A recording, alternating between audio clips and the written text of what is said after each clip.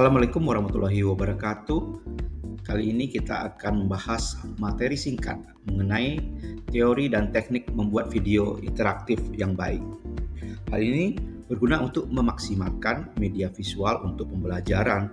Seperti yang kita ketahui bahwasanya pada saat ini kita tidak lepas dari media sosial, termasuk dalam dunia pendidikan.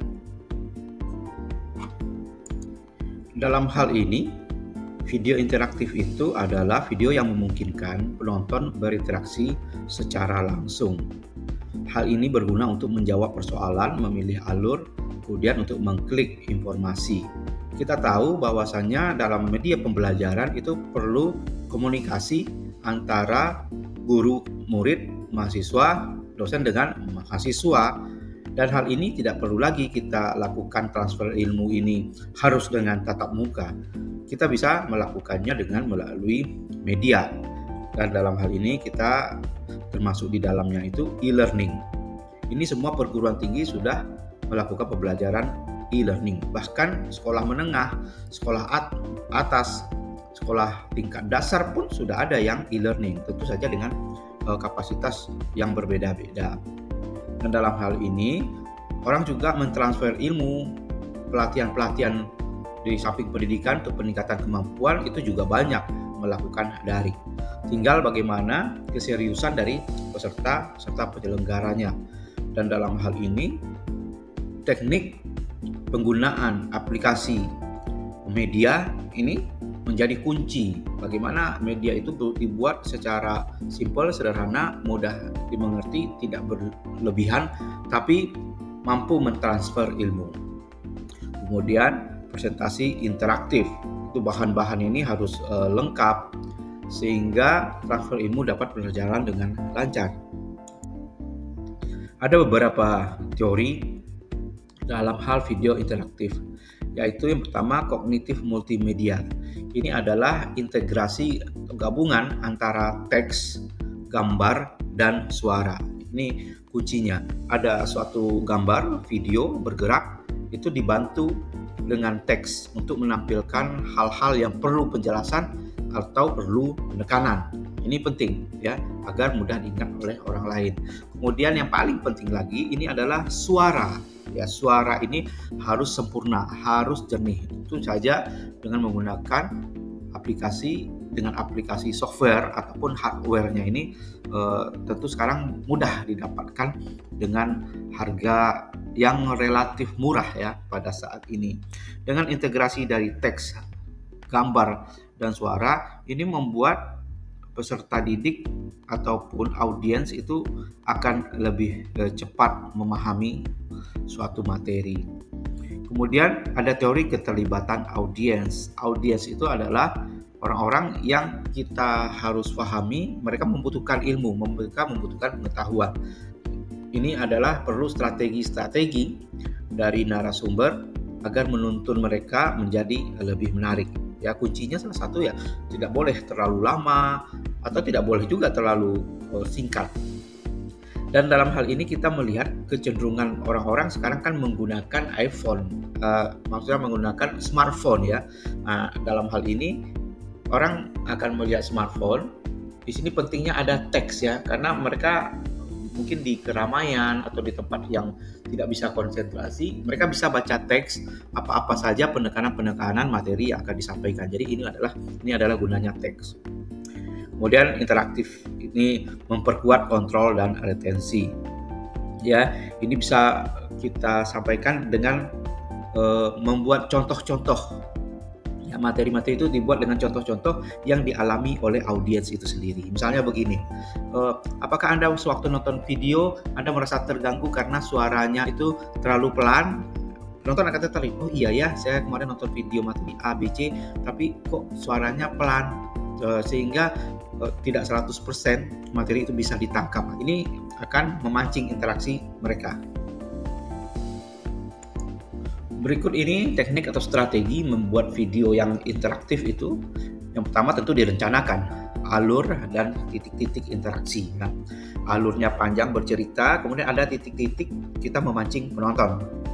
Kemudian gunakan peralatan atau tools itu H5P, Edpuzzle atau Adobe Captivate ya. Tergantung nih, banyak sekali nih aplikasi software yang ada ya, baik itu gratis ataupun berbayar. Tapi pengalamannya memang kalau gratis itu biasanya ada pembatasan ya.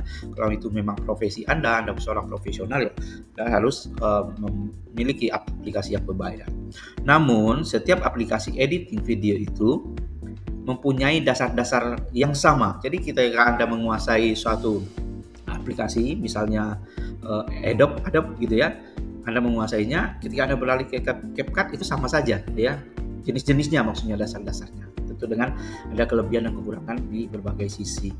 Kemudian materi itu yang disampaikan itu terdiri dari gabungan elemen antara teks, suara, dan animasi. Ingat ya, ini tidak boleh dibuat terlalu berlebihan, namun harus ada ya. Jadi ini adalah suatu seni ya, gimana penekanan-penekanan tertentu dibuat teksnya. Suaranya 100% harus jernih. Kemudian animasi juga harus kena ya, karena kita ada ribuan konten ya, jutaan bahkan ada di media sosial. Anda harus mampu menarik, mempunyai kelebihan-kelebihan sehingga orang tidak bosan melihatnya. Kemudian nih ada quiz atau tombol navigasi ya. Biasa kita itu masih ya terangsang apabila wah ada hadiahnya, ataupun bukan hadiah tapi bisa jadi ini adalah konsep dari melibatkan orang lain. Misalnya bila ke pemirsa, apalagi yang bisa membuat pendapat Anda ketika Anda menghadapi masalah ini, tolong tuliskan di kolom komen gitu ya. Orang akan tertarik ya, berlomba-lomba untuk komennya bagus gitu. Kemudian terakhir di sini, buat durasi singkat dan padat, 5-10 menit per topik. Ini memang perlu latihan terus-menerus. Kita tidak bisa mengukur dengan diri kita sendiri ya. Kita ngomong A, B, C, D, ngelantur ke sana kemari, wah pasti orang tertarik nih, pengalaman kita begini. Tapi ternyata orang tuh butuh juga waktu untuk mengurus hal-hal yang lain, atau dia ingin melakukan pembelajaran dari materi yang lain-lain, sehingga kemungkinan ini untuk topik-topik tertentu ini hanya 5-10 menit per topik ya, yang bisa bikin orang betah ya untuk menonton suatu materi. Ya baik ya, ini kesimpulannya, tip video interaktif yang baik ya. Tujuan pembelajaran harus jelas dan satu ya, tujuannya itu jangan banyak bercabang-cabang, jadi orang bingung, harus satu. Misalnya materi mengenai peningkatan pengetahuan mengenai aplikasi, satu aja, ngomong mengenai aplikasi video saja. Kemudian simple dan menarik ya, itu sangat diperlukan ya pada saat ini, khusus untuk konten-konten yang ke masyarakat luas. Konten pembelajaran bolehlah agak sedikit detail gitu. Kemudian gunakan bahasa komunikatif dan suara yang jernih.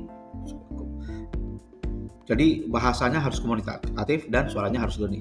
Salah satu trik ya dari saya, kalau kita lihat, kita dalam berbicara itu berbeda-beda itu. Ada yang orang ngomongnya cepat, ada orang yang ngomongnya lambat. Cuma dalam aplikasi ini bisa dibantu. Kalau saya biasanya tuh sambil ngomong, ada yang suka mikir-mikir, jadi ngomongnya agak lambat. Nanti di aplikasi multimedia itu dicepetin aja sekitar 20% gitu. Jadi dia akan lebih menarik. Jadi ini pemanfaatan teknologi ya. Kemudian jangan lupa untuk uji coba video sebelum digunakan. Jadi sebelum dipublish itu di unlist dulu, atau di private dulu ya, tonton ya sekali 2 kali, setelah semuanya oke, baru dipublish ya. Karena ini akan dilihat oleh seluruh masyarakat dunia loh. Jadi ada kata-kata, pemilihan kata yang kurang tepat ataupun teks yang tidak pada tempatnya, ini bisa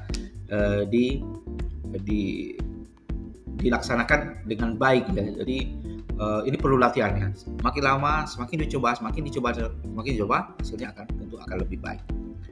Kemudian libatkan juga audiens dalam pertanyaan ya, atau tugas ya, seperti yang saya sampaikan tadi ya. Kita lihat juga di YouTube atau TikTok ya, yang sudah orang-orang sudah bagus ya, viewernya udah banyak, mereka akan terakhirnya akan bilang, bagaimana pendapat Anda mengenai hal ini, tolong tulis di komen ya.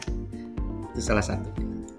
Oke, demikian Apabila ada yang mau ditanyakan, silakan sampaikan di kolom komentar. Terima kasih.